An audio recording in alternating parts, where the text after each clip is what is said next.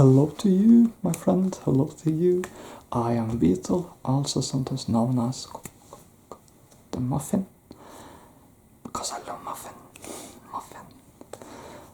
And today I am going to be doing a video about my home country, which I love very much, Norway. Because I'm from Norway, I live in Norway, and I love Norway. But today I'm going to talk about various things about Norway, some facts about Norway for those of you interested in that. I've done these types of videos before, but I wanted to do a new one now. So first of all, how are you? Hope it's been a great week so far, and you're probably going to be enjoying the weekend. Yeah, me too. And well, yeah, it's been a good start to my day. I've just eaten just an hour ago, so I ate a small donut. It was good, very good. With, vanilla cream in it. It was good. Anyway, enough about me and the donut. It's time to start with me talking about Norway. As said, hope you're doing good. Hope everything's great with you, and well, hope you enjoy me just talking about Norway. Maybe me just talking about this can make you feel good and relaxed. Okay. Let's begin, and we'll begin with the Norwegian flag. This is the flag of my home country. I love it because I have seen this my whole life. So this is the flag of my home country. Yay! Waving with the flag. I love it. You can see here it's red, white and blue, which is actually a point in one of the Norwegian National songs. Red, white and blue. That's the color of Norway. The colors of Norway. Okay, so let's just put that there. And Norwegian National Day, we're going to begin with that today. Norwegian National Day is on the 17th of May, and that's because Norway got its constitution on the 17th of May, 1814. More than 200 years ago. That's when Norway began as a nation. I mean, we existed as a country from long before then. Before then, like, we are way back before then. We've existed as a country since about the 700 to 800s, around the time of the Vikings, but after 1814, Norway became a nation. And we got our own constitution, and in 1905, the union with Sweden was dissolved, and we became fully independent and got our own king. So Norway has been a fully independent country for more than a century. Anyway, we're not going to go too deep into history today, but just some facts. Norwegian National Day is the 17th of May, and it's celebrated with parades, but actually not military parades. In Norway we have something unique. We have children parades. And that's essentially children from various schools across the country parading in various towns and cities, waving the flags on the 17th of May. I did this when I was a child too, actually. You can do this from the age of 6 to about the age of, I believe it's maybe the age of 15, I'm not sure. Most do it in the age of 6 to 12, but I believe it's possible until the age of 15. So the children parades are a big feature of Norway. And I participated in several of them when I was a child. They're organized by the various schools of the country. So yeah. There is no military parade, but the King's Royal Guard has a parade in the capital on that day, always sent live on television. Other than that, people celebrate by like eating ice cream, pizza, sausages, hot dogs, stuff like that. So, and cakes. So yeah. But that's enough about the 17th of May, Norwegian National Day. Let's 17th of May, Norwegian National Day. Let's move on to the next. So in Norway we actually have incredibly clean water. We live in a rather cold country. Some regions of the country are colder than others, which means we are not always guaranteed warm summers. It's not always a guarantee for warm summers here. But these temperatures also often leads, and the fact that we're good at cleansing our water, leads to cleaner water in our country. Which means that if you ever travel to Norway and you tap water from the spring, most places in Norway it is not dangerous to drink it. It is completely okay, because Norway is known for its clean water. So yeah, actually, to be honest, when I heard from when I became an adult and heard from other people that in some more southern countries you couldn't just drink water from the spring without sort of cleansing it first, I was shocked, because that's never been a thing in my life in Norway. So I've always grown up with completely clean spring water. So so yeah, that was a shock to me. But yeah, so Norway is known for its clean water. The education system in Norway, and I hope this is an interesting video for you wanting to learn about Norway and how things are in Norway. The education system of Norway is pretty simple. You have kindergarten, which is optional, of course. Not all parents send their children to kindergarten, but you have kindergarten. And then you have children's school. It's actually called that in Norway.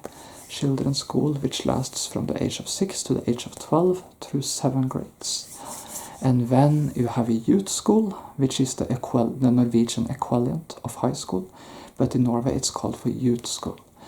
And youth school, or as it's called in Norway, ungdomsskole, lasts from the age of 13, the year you turn 13, to the age of 15 to 16. The year it lasts to the year you turn 16. And it runs to 3 grades, 8th, 9th and 10th grade. And then you have the next step, which is college. Only in Norway it is called for further education. It is called videregående, which translates to further education. Now, a somewhat interesting feature here is that there are probably other countries who also have this, but in Norway, even if you don't succeed as a teen, you can later in life take courses for adults, which are college equivalents, and sort of get a new chance to earn grades and get acceptance into a university, if you wish. So not all people in Norway are aware of this, but it's actually not necessarily over if you fail as a teen. Even if you don't succeed at the grades as a teen, you can actually have a new chance later on by taking these courses. And that can actually earn you entrance to a university, even if you're in your 20s, 30s, 40s, or even late. So that's possible. Anyway, that's the Norwegian educational system, which I've been through actually. Not all of it, but a lot of it. Of course, my life due to my disability has been a little different, but this video is not about me. For those who wonder what kind of disability that is, I talked about it in a video previous week. It is autism, mild autism, but I talked about that in a video the previous week, so I'm not going to be talking about that today. Back to Norway. So that's the Norwegian education system. The Norwegian political system. In Norway we have a king, a monarch, a royal family, but they are not the leaders of the countries. They are only head of states. They are ceremonial figures. The actual power in the country lies with the government and the prime minister.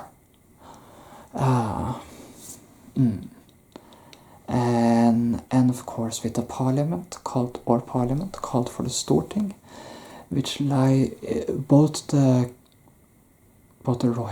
castle of the royal family and the parliament lies on in the Norwegian capital on the area known as Karl Johan. On the area known as Karl Johan. And where that area consists of a big square, the theater, and then you have like the castle way up there, and then on the far other side you have the parliament, the Storting.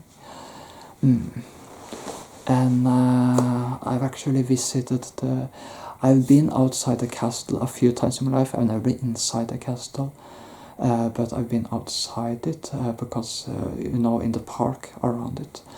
That's allowed, just to be clear. And I've been to... and once on a class tour, I was inside the parliament halls. We got a guided tour. So... and we were got a guided tour, and we were up on the balcony. This was 12 years ago. We were up on the balcony and we were looking down into the hall where the various political representatives of our country assembled. It felt a little special because you were looking at these people, and it's sort of strange to just imagine how their lives must be. Many of these people are like in the spotlight. They are like probably some of the most prominent people in our country. Not all of them, of course. There are some more anonymous representatives of parliament too, but some of them. I'm not sure I saw any of the famous ones there that day. It's possible I did. Not sure, look. Yeah. I've always found politics a little fascinating. Anyway, back to the point. So in Norway there is a scheduled election every 40 years. And it's always on odd numbered years. The parliamentary elections are every 40 years. The last one was in 2021. The next will be in 2025. And the next after that in 2029. It is not possible in Norway to call new elections before the term ends, which means that new elections in Norway is not possible. There's always elections every 40 years, at least parliamentary elections. And 2 years after the parliamentary election, there is the local elections. So last year there was a local election, and next year there will be a parliamentary election. Anyway,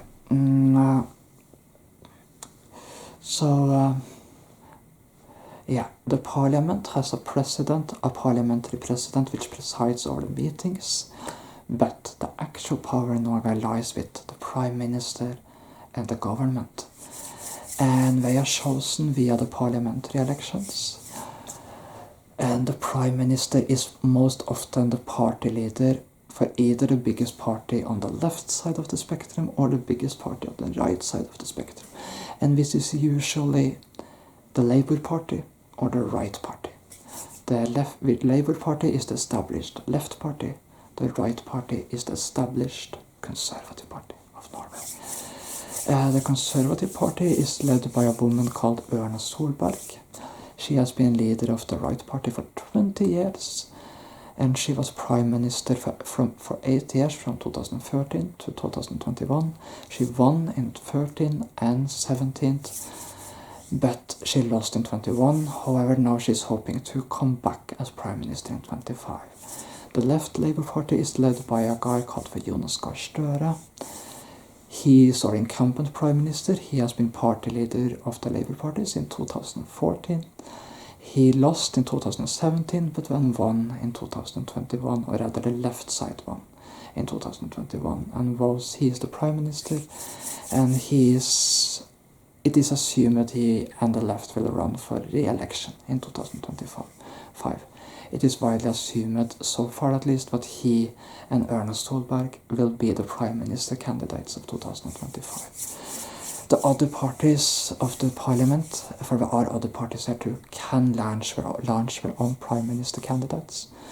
But we are not very likely to get the Prime Minister because usually the right and Labour Party get the most representatives.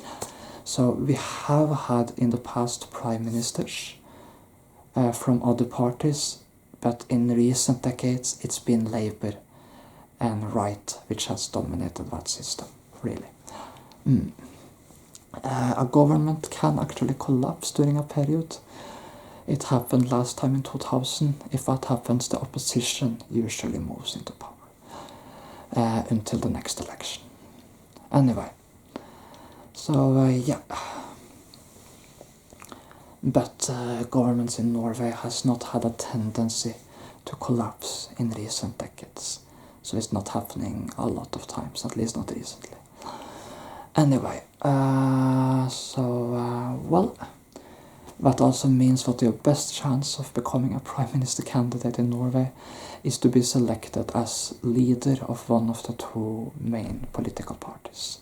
But there are other parties too. There are, let me just count, 1, 2, 3, 4, 5, 6, 7, 8. I believe there are 8 or 9 political parties in parliament in Norway, ranging from the far left Red Party to the far right Progress Party. I'm not going to mention them all in this video. And you also have the Greens, but they're usually on the left spectrum. They are open to cooperating with the Conservatives, but they usually prefer the left, the Green Party. So anyway, they are essentially the environmentalist party of Norway. The people with the environment ideals. So yeah, I think that tells what you need to know about the basic stuff of the government of Norway, you know. And then of course you have the opposition, which holds the government accountable, and the parliament, which is also there to hold the government and the Prime Minister of a country accountable. But enough about the parliament and politics of Norway. Let's move on to something else. Norway has a cool history. As said, we got a constitution in 1814. We became independent in 1905. We had been in a union with Sweden from 1814 to 1905, but when it was dissolved in 1905, we got our own king and we became fully independent. Before 1814, we were actually ruled by Denmark, but in 1814 we changed.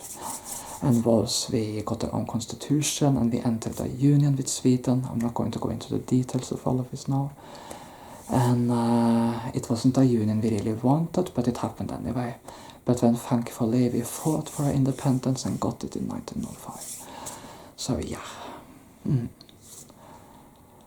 So during the 19th century or the 1800s, our national identity was formed. Okay, however, while we managed to stay out of the First World War, we were affected deeply by the Second World War. We tried to keep neutral, it did not work. Nazi Germany actually decided to invade us on the 19th April of 1940, and the leader of the Norwegian Fascist Party was installed as a Prime Minister. He is not considered a legitimate Prime Minister in Norwegian history, but he was installed as the Norwegian Prime Minister.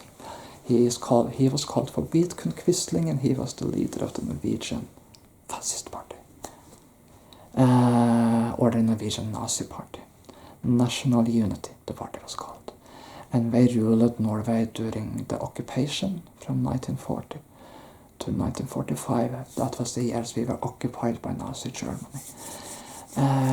Quisling, on the day the Nazi Germany invaded Norway, he announced that the government and the royal family fled, and Vidkun Quisling announced in a radio speech that due to the government fleeing, he in national unity would take up leadership of the country, cooperating and collaborating with the occupiers.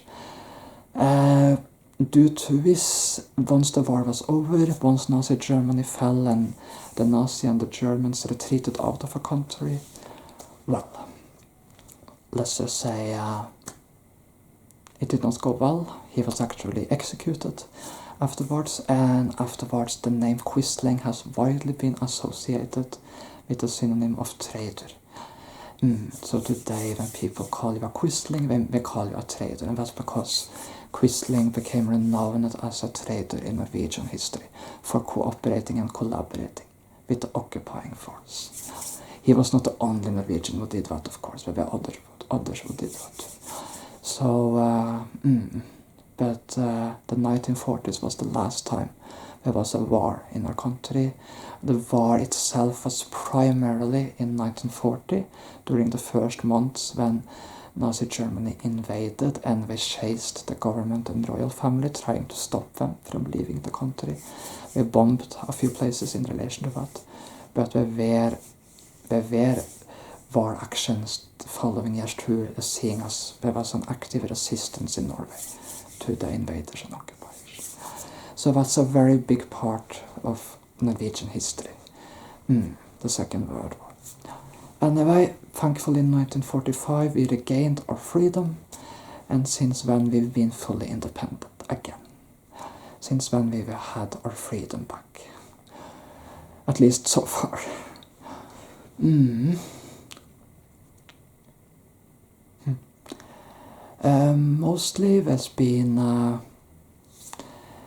Mostly there's been peace in the post-war area in Norway, mostly at least. Of course there has happened stuff afterwards too. We've had a few terrorist attacks, unfortunately, and stuff like that, but I'm not going to go into that today. So that's some Norwegian history for you guys to enjoy. We also have a royal family, or incumbent king. King Harald is the third king of Norway. We have had 3 kings including him since 1905. We also have a crown prince who will be king one day, and a princess who will one day be both crown princess and queen. She will be the first queen of Norway in the modern era. I mean the first reigning queen, because Norway does have a queen right now. She's called Queen Sonja, but she's not the reigning monarch, if you get what I mean. She's not. It is the king now who is the reigning monarch. The royal family has recently been in a scandal, and there's been some slight scandals with the royal family before, but I'm not going to go into that now. But recently on the news there is a member of the royal family who's been scandalized. It's not one of the heirs to the throne, thankfully, but it is actually the son of the crown prince. He is not the one who will one day become king, because you see, that is the princess Ingrid Alexandra. She is the one who will one day become queen, because she was born first. But anyway, that scandal has been a major part of our news story recently in Norway. But enough about that. I believe that's more than enough about Norway for now. there's one more thing I want to add. Sorry guys. This video probably is already long enough, but let me add one more thing. Norwegians love to hike. Hiking culture is a big thing in Norway. I'm not kidding, I'm not joking, it's a big thing in Norway. And because of that, we actually have an official hiking chocolate called for Quick Lunch, or Quick Lunch, as it would be called in English. Quick Lunch in Norwegian, or Quick Lunch in Norway. It's a chocolate which you often take. You can eat it anywhere, but you can often take this chocolate on hikes, and eat it when you do hiking. A lot of Norwegians like to take walks and go hiking. It's kind of a Norwegian thing. Anyway, much like skiing, that sport is also a Norwegian thing during winter. I don't do that because that's not my thing, but I know a lot of Norwegians like that. But taking a walk, hiking, that's a Norwegian thing. Hope this was a relaxing video for you guys to watch, and wish you guys all the best. Wish you a great week.